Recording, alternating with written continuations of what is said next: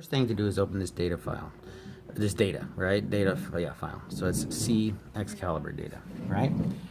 So after you have that open, then you find your file. And I always make it like this so that it's, you know, if you right click right here, right? Right click there, and then choose view, and then details is the one that we have chosen, right? And so that's the one that makes it so that you can see all the details. And then you can click on date modified.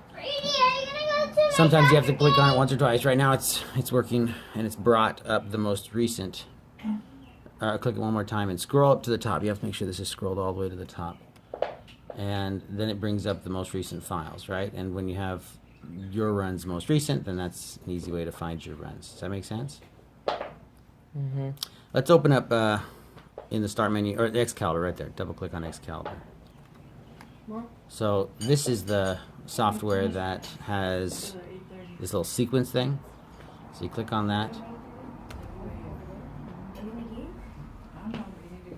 And then if you click on File to open the sequence here, and then go to this first one, open the most recent one there. So I'm just opening this to show you that these were the names of the files I ran.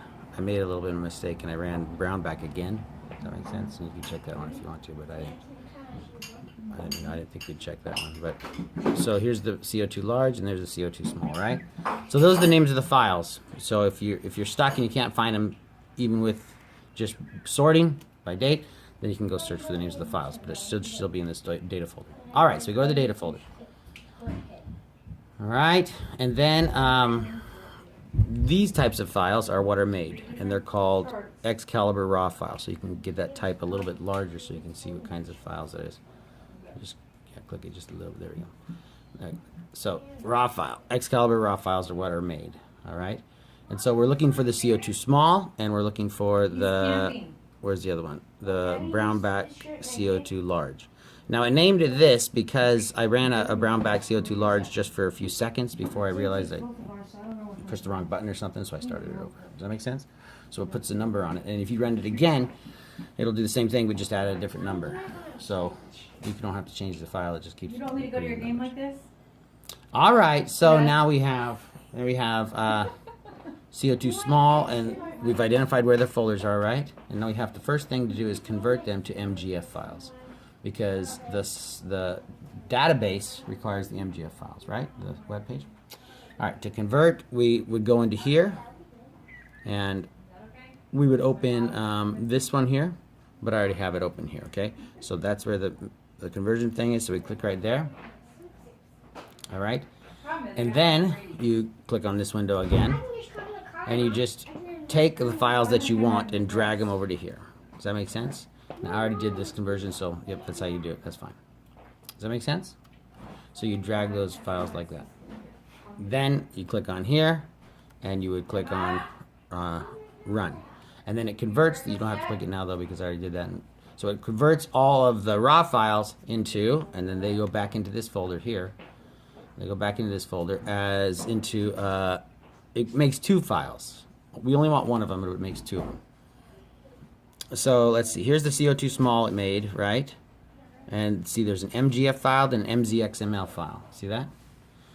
I always just click on the MZXML file, right there, click on it, and then we just, maybe you have to click over here. And then we just cancel. Just click on it once. And then we just delete it. Because they're big and we don't need them. Does that make sense? So it's no big deal if you don't, but I mean, we go back at the end and we can get a bunch of them at once and delete them anyway, right? All right, so now we have the MGF files, which stands for Mascot Generic File, okay? So those Mascot Generic files, if they're bigger than about 2,000 kilobytes, and these are 46 and 45 thousand kilobytes, right? If they're bigger than that, they need to be split, because the free database online requires the files to be small like that, right? So we cut them. We call them cuts. So we cut the file, and to do that, we need to open up the splitter file, the splitter software, and that's in this file too.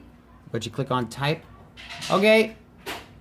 And then it puts all the folders, and then right at the end of the folders, so scroll down just a little bit. At the end of the folders, there is, I believe so.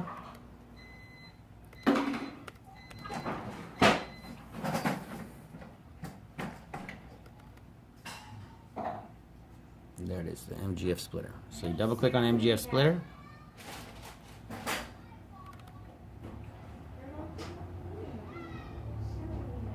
And then I do the same thing here. Right click right in here and view details, right?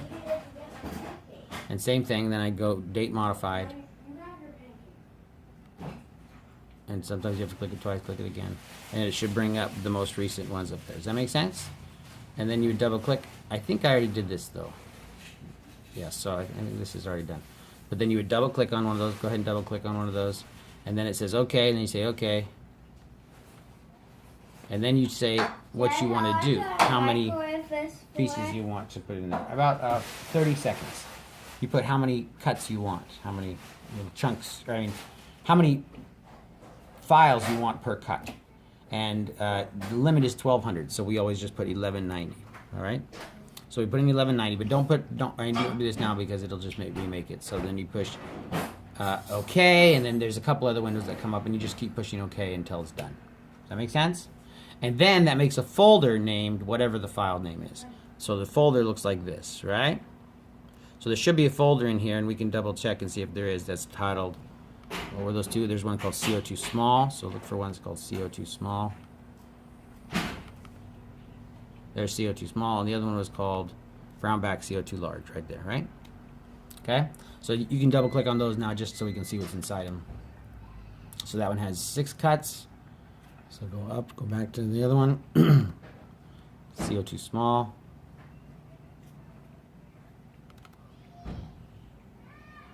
That one has 7 cuts, okay?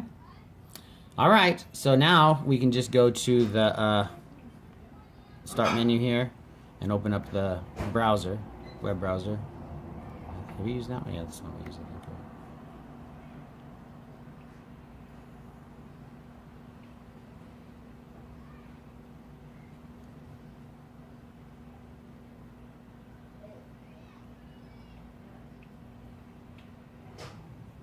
Now, in this file here, we need to change this peptide charge thing to say, instead of +2, click on that one right there.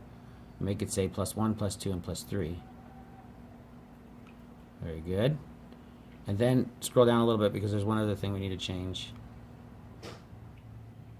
And this is this one here. Default, we changed to ESI trap. There we go. And then we browse to our file. And so we're looking for, there we go, CO2 small, double click. And then start with the first one, double click. And then start search. Does that make sense? And you remember some from here, right? But this is a good place to stop, right? All right. Stop.